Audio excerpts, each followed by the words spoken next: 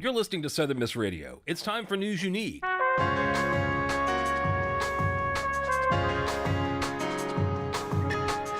News You Need is a look at current events and how they affect the college community and beyond. And now here's the host of News You Need, Dr. Ed Simpson. Hi, everyone, and welcome back to another exciting semester of News You Need. This is the show where we talk with the absolute best human beings in the whole world, which is our USM students. So yay for that. And first of all, why are we here? Well, this is the show where we talk with our students about some of the most important things in the world, which is what's going on in the news.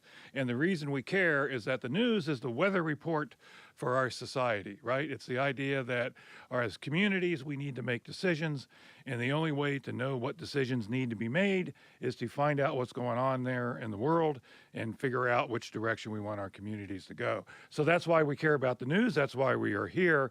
And let's kick it off this new semester. We have a new producer with us this semester. Hello, Lillian. She can hear way back in the corner. You can hear Lily. We have a new engineer and a new video person, so we're all very excited about that, and we'll mention them here a little bit later. So let's start off, if you would, introduce yourselves and tell us what group you're with and what position you have. Hi, my name is Sarah Grace Munn, and I'm the president of the Communication Studies Student Association. Oh, that's very exciting. Well, my name is Abria Turner, and I am the vice president of the Communication Studies Student Association. Okay, so at full disclosure, I am the advisor for the Communication Studies Student Association. But it is a coincidence.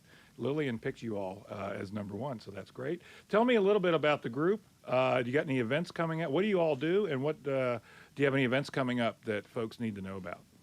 Well, the Communication Studies Student Association was created, it was an organization about 10 years ago, and then it kind of went dormant for a little bit, but we restarted it this school year, and our mission is to really just help communication studies students improve their professional life, their academic life, and their social life with skills that they need outside the classroom. Oh, very cool. So to answer your question, yes, we do have events coming up. This is a new month, so we actually have a month packed of events just upcoming these next 2 weeks. We're doing the Student Involvement Fair on campus on February the 7th, so we'll be there. And then we're doing a Valentine's Day event, something completely different, and it's going to take up 3 different things. So we're doing a tabling, we're going to make some cards. We want to give back to our community. So we're going to make some Valentine's Day cards, get the students on campus involved. So that tabling is going to be February the 8th from 10:30 to 1:30 in the Thad Cochran Center. So you're more than welcome to come out and make some cards with us, and we're going to take those over to the nursing home for Valentine's Day. Oh, so the idea is you guys are going to make Valentines for some folks in a nursing home. Yes. Oh, that is super And awesome. we want to get all the students involved, so that's why we're doing a tabling event right outside of the Fresh. And then we also have another event for Valentine's Day. This is going to be actually on February 14th in the Thad Cochran Center, room 214. Yes, that is not a coincidence. I did that on purpose. Wow, okay. And that is a nonverbal speed dating event. So to kind of tie into communications, nonverbal communication, but just to preface, it's not actually a dating event. It is just a game. We'll have a worksheet you can fill out, and you're just trying to get to know whoever your partner is without actually speaking. Wow, I love that. Yeah. That is really cool. So now if I want to take part in the Valentine's card, what do I do? I just go over between 10 and 1 and do what do I do? Yes, so on that day, you can show up between the hours of 10:30 and 1:30, and we'll have our table set up with the cards and everything. You'll see our sign that says CSSA, and you'll just be able to walk up to the table. We'll welcome you over, even if you don't stop by. We'll kind of welcome you over, and we'll just lead you as to what cards to sign, what you can say. So you can write down a nice little note, a little word of encouragement, and just letting them know that someone is thinking about them today for Valentine's Day. Yeah, I love that. And the Valentine's Day event itself, is that mainly for folks who may not have a partner that they're going to spend Valentine's Day with, or is that, if you want to bring a partner, go ahead. You're more than welcome to bring a partner, but it is just for the students in the USM community, just to get to know each other better. So especially the members of CSSA, of the Communication Studies Association, we want them to come together to build our nonverbal communication skills and get to know each other better. But it's open to the public, it's open to all USM students just to come in and practice these nonverbal skills, kind of have a little fun, just getting to know different people, and maybe we'll meet some friends there, and maybe you'll find you a new buddy, or maybe you will find a partner that day. So happy Valentine's Day. Yeah, I love that. That is, I think one of the things that we talked about initially with the group is communication is essential to all relationships, right? And so we have a student group devoted to communication. There are so many things you can do to help the community and help others. So I just love what you guys are doing. Very proud of you. Thank you for that.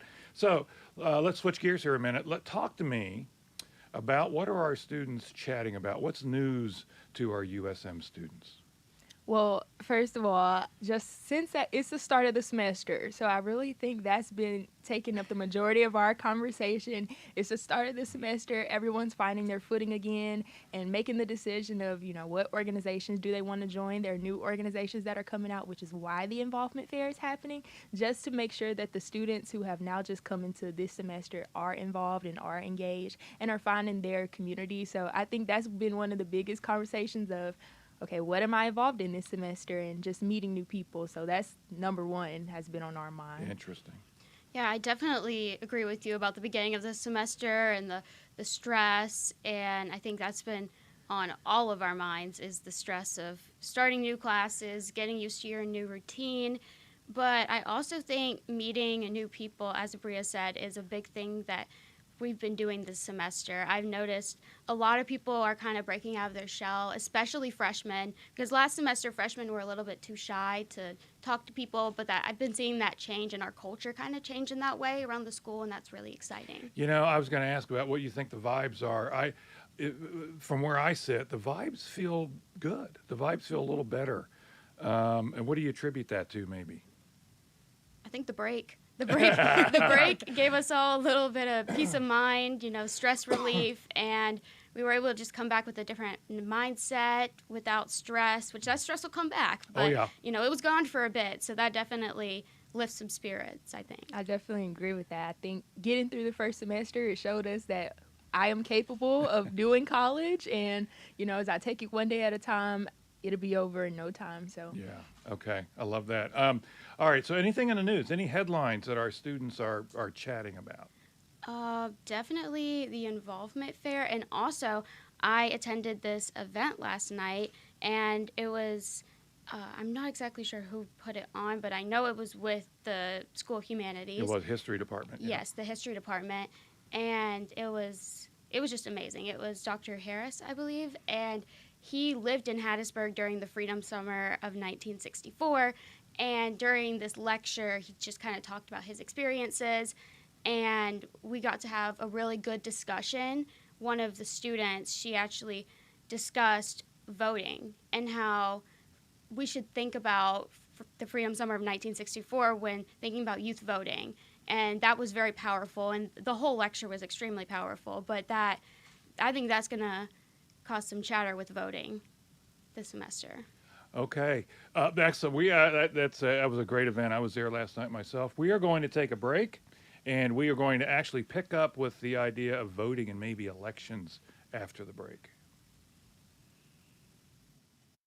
Sponsorship comes from American Graphics. Located at 8 Commercial Warehouse Drive in Hattiesburg, American Graphics provides custom screen printing and embroidery. They can be reached by phone at 601-602-2277. And the website is goamericangraphics.com. American Graphics, printing at its finest. When you or your business sponsors programming on WUSM, you are getting more than recognition for your product. You are also gaining the appreciation of our audience, who understands that your sponsorship provides their favorite programming. And research shows that the audience is more likely to patronize your business, too. In addition, the cost of sponsoring programming on WUSM is tax deductible. To learn more, call 601-266-4287. Okay, we are back, and we were just starting on a really interesting discussion. I really like talking to our students about this. Most people who know me know I am not a sports guy. I think I know one of the teams going to the Super Bowl. You're doing better than me? Yeah, is that better than you? Okay. I always say politics is my sports. So you mentioned voting, and last night's event did include a voting, an opportunity to register, or for our students to register to vote. Are our students talking about politics? Maybe the presidential race, has that come up in your student conversations? It's come up in my conversations with my friends because I'm in a very, very intelligent group where they want to have those conversations about politics and about the future of our world and our society. And I think there's a lot of fear right now around the election and the candidates that we're pretty sure are going to be the candidates. Yeah, So. I actually want to plumb that a little bit. What do you think? Oh, well, I mean, I'm just now really getting in tune with the whole voting atmosphere and the political atmosphere. So me and my friends, I know we've been talking about, we're just now about to register to vote, and this will be our first election to vote in as freshmen. And even those who aren't freshmen, because I mean, the last election was 2020, so it's 4 years of people who haven't voted yet. So this is going to be a great opportunity for us, especially hurrying up to get registered to vote. And so just like you talked about how they had an opportunity to register, that's also something that we're looking to do this semester to get more people Yeah, involved. I tell you, I'm all about that. And the message from Dr. Harris last night was, if you don't vote, you don't count. And that is that. So this idea of voting is super important. Now, you mentioned the two likely candidates, and it does look pretty clear that we're going to have a rerun of 2020 with Donald Trump and Joe Biden. And what do our students think about that potential matchup? I think the students and everybody else just want new candidates. I think we're a bit tired of both of them, and we're just ready for some fresh ideas, fresh faces, younger faces. There you go. Okay, so if I said Joe Biden, Abria, what's your first impression? Old man. Old man, yeah, yeah, there you go. And I think people are afraid to kind of say that out loud, but yeah, I mean, he's 80 years old. Yeah. 80. Donald Trump is 78. No, they're right behind each other. Okay, so in the Constitution, you have to be 35 in order to run for president. Mm-hmm. Should there be an upper age limit? Oh, for sure. Yes. Most definitely. Wow, okay, what would that be? I think if you can retire, like if you have to retire at a certain age, you shouldn't be able to run. Okay. Like Yeah. what? 65. Yeah. Wow, 65. So in 5 years, I could not run for president. No. You I'm could run too now. old. I could run now, but I'd be too old. 65 is it. Time to go away. Go on the Lillian shaking her head over in the Go corner to the too. Bahamas, retire. Go to the Bahamas, retire, get out of here. Go, wow, okay. Go gum your tapioca somewhere else. We got things to do. Interesting. So, do you think that if it is Donald Trump and Joe Biden, which that looks like 99% now that's what it's going to be, are you guys watching Nikki Haley at all, by the way? She is the Republican running against Donald Trump. She is yet to win a primary, but she's still in there kicking. Are you guys now, No, you're not. I haven't heard her name. Well, Really? I've heard her name. I don't really follow Republican politics as much, Gotcha. so I haven't really been following her. But at she's all. super fascinating. She's a woman of color who was the former governor of South Carolina, and she was Trump's ambassador to the United Nations. And she served about 2 years in that and got out before the Trump train went really crazy. So she's kind of seen as not having too much baggage. But now she's running against her former boss to be the nominee of the Republican Party. The fact that she is a mid-50s woman of color, does that help? That's better than 78. Okay, interesting. Well, the polls are really interesting. So if you look at the national polls, Nikki Haley beats Joe Biden by about 7-8%. Against Trump, Joe Biden wins by 4 to 5%. So, but the Republicans seem bent on nominating Trump.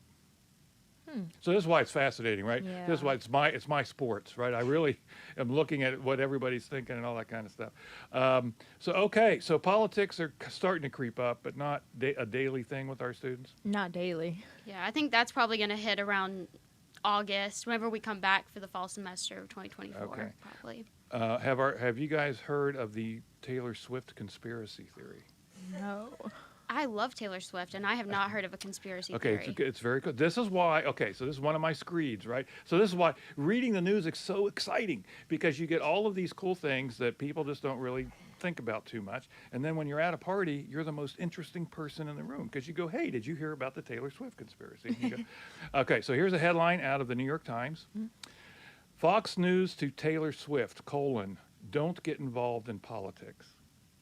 So on the right wing, so the conservative side of the spectrum, there's a whole lot of chatter on the interwebs that Taylor Swift is going to use her massive following to get Joe Biden elected by endorsing him like right before the election. Now, you guys have not heard about that?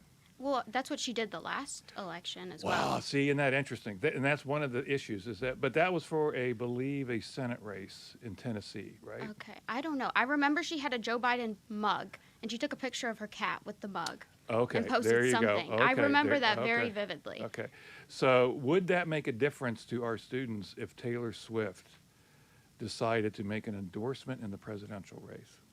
It shouldn't, but it will. Really? Yeah, I think it will. You're not as sure. I mean, considering that Taylor Swift's concert and everything, and then everybody on campus was going crazy about Taylor Swift. We got a lot of Swifties here at USM. I feel like it could do a little bit of persuasion, but ultimately I still think our students are capable of thinking for themselves and not being, So they're not robots for Taylor. no. Some people aren't. Some I people think are- I think true. there is a That's certain true. type of person who has, as we talked about in your class, parasocial relationships. Yeah. Have a very very intimate parasocial relationship, intimate on their side, I guess, with celebrities such as Taylor Swift. And I'm a huge Swiftie. I went to the Eras tour and everything, but I think some people who aren't interested in politics at all, but they register to vote because they want to vote, but they just don't want to know, educate themselves, they're definitely going to listen to celebrities like Taylor Interesting. Swift. That's I good. can see that happening. Yeah, interesting take. Well, what about Taylor in the Super Bowl? Have you heard? Are students talking about that at all? Yes, because it's going to be her 13th game that she goes to, and Wow. her Okay, so favorite lucky number is 13. You follow Taylor pretty close. I love her. Lee. Yes. You do? Ever since I was 4 years old. Teardrops on my guitar, man. No. So, Taylor, are you a Swiftie? No. I probably know two songs. I probably know two songs by Taylor Swift, and only when they come on the radio. I can't name any of them from the top of my head. Okay, so CNN headline: American Airlines has changed their flight from Japan to the U.S. on that day. I forget what it is on that day to 1989. Flight 1989. Because Taylor has to get back from her concert in Japan to the Super Bowl.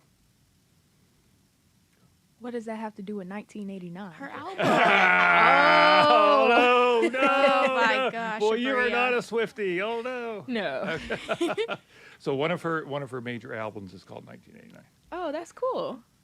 Yeah, and it's her most recent re-release. So Taylor's version. Yeah, so there you go. So you're not following Taylor attending the games, and all of the middle-aged guys very upset because the camera swings to Taylor up in the boxes. No. The most I've seen about Taylor are the new Hulu commercials where she's all in the elevator talking about Yeah, talking about how you may see Taylor everywhere. Yeah, I don't know. Okay, you following the Taylor Travis Kelsey thing? Okay, Yeah. and our students care. Yes, definitely. Wow. Okay. That's a hard one for me. Okay. So headline today, this totally different topic. So let me see if you guys care. New York Times again, and we're going to switch to the state later in a little bit. But New York Times today, January jobs report, U.S. job growth surges. So the new jobs report has double the number of jobs, 335,000 created over expectations in January. So that means the economy is going very strong. Do our students care? You guys watch the economic news? And how are you feeling about our economy? Economics is a very difficult subject for me because I haven't been too educated in the topic, but I definitely did hear about the job growth, and I care about it because in 4 years I'm going to be looking for a job, Yeah. and if there aren't any jobs, that's going to be an issue. We're going to pick. So we're going to take a break, and we're going to pick up actually with some economic thoughts after the break. The NLS Braille and Talking Book program gives patrons with visual or physical disabilities the freedom to read their way. If you want to read in electronic braille, you can. If you want to read on your phone, you can. If you want to read in heart print, you can. Everybody can read the way they want to read using this program. For more information about the National Library Service for the Blind and Physically Handicapped Library of Congress, visit loc.gov/thatallmayread. Join Southern Miss Radio on Sunday mornings from 6 a.m. till noon for Sunday Brunch. You'll get jazz and swing music from artists as wide-ranging as Bix Beiderbecke to Brad Meldau, from Dippermouth himself to Esperanza Spalding. But relax, you don't need to know anything about the music to enjoy it. It's a great way to wake up on Sunday morning. Sunday Brunch from 6 a.m. until noon on Southern Miss Radio. Everybody, welcome back to the show.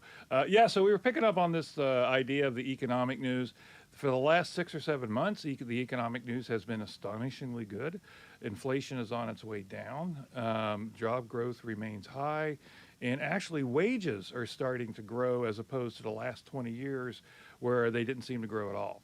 So how do our students feel about the economy overall? So I know we were talking, Lillian was mentioning, jobs are great, but when I go to the grocery store, a banana is $340.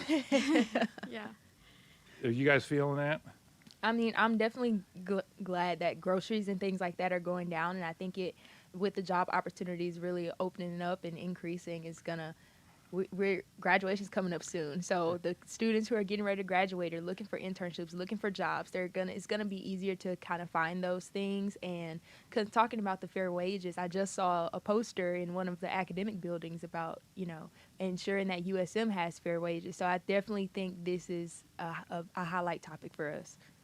Yeah, I completely agree. And I totally agree with Lillian's idea about, okay, yeah, jobs are good, but we still can't afford basic needs to live. And that is a big issue. And so I think with inflation kind of evening out, it'll help a lot with our broke college lifestyle, which it doesn't matter what the economy is like. We're always going to be broke college kids until we're not broke college kids. That's good. That's good insight, right? Well, I mean, it was a long time ago when I was where you were, but I remember being very poor as a college student, and that doesn't seem to have changed. But I will say what is different is I got through undergrad with no debt. Wow. Yeah, now that is different. So how are our students feeling about when you hear economic news, and then that debt pile is growing as you go through college? Does that make you think differently about maybe who the president is, or about politics, or about anything like that?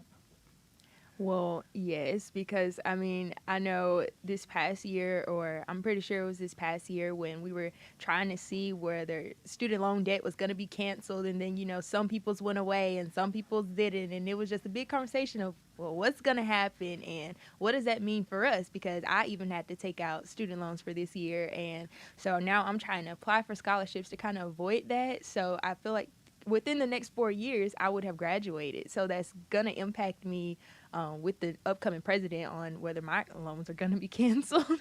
Yeah, that's interesting. Yeah, I definitely agree. Fortunately, I do not have to worry about student loan debt yet because I do have scholarships, and then the little money I have left, my parents are covering that. But in high school, my senior year, I remember going into the library or the career center and just seeing tons of kids just sitting there crying because of the student loan debt that they knew they were going to have to face. And they were just looking at, as they were filling out their applications and looking at the economic side, financial side of their education, they were really terrified. And I think that will definitely impact who we elect as president. Wow. Okay. Well, great conversation today, guys. Thank you very much to our Communication Studies Student Association group. We love you. Thanks for everything you're doing for your colleagues. That's very, very important. So our producer is Lillian Scott. Thank you, Lillian, for keeping us between the ditches. Our engineer today is, and I'm going to mess this up, Treterica Winters. That's close, or not so close. Our video operator today is Elena Pileteski. Pitleski. Say it again. Pitleski, Elena Pitleski. So thank you for listening. We will be back next week.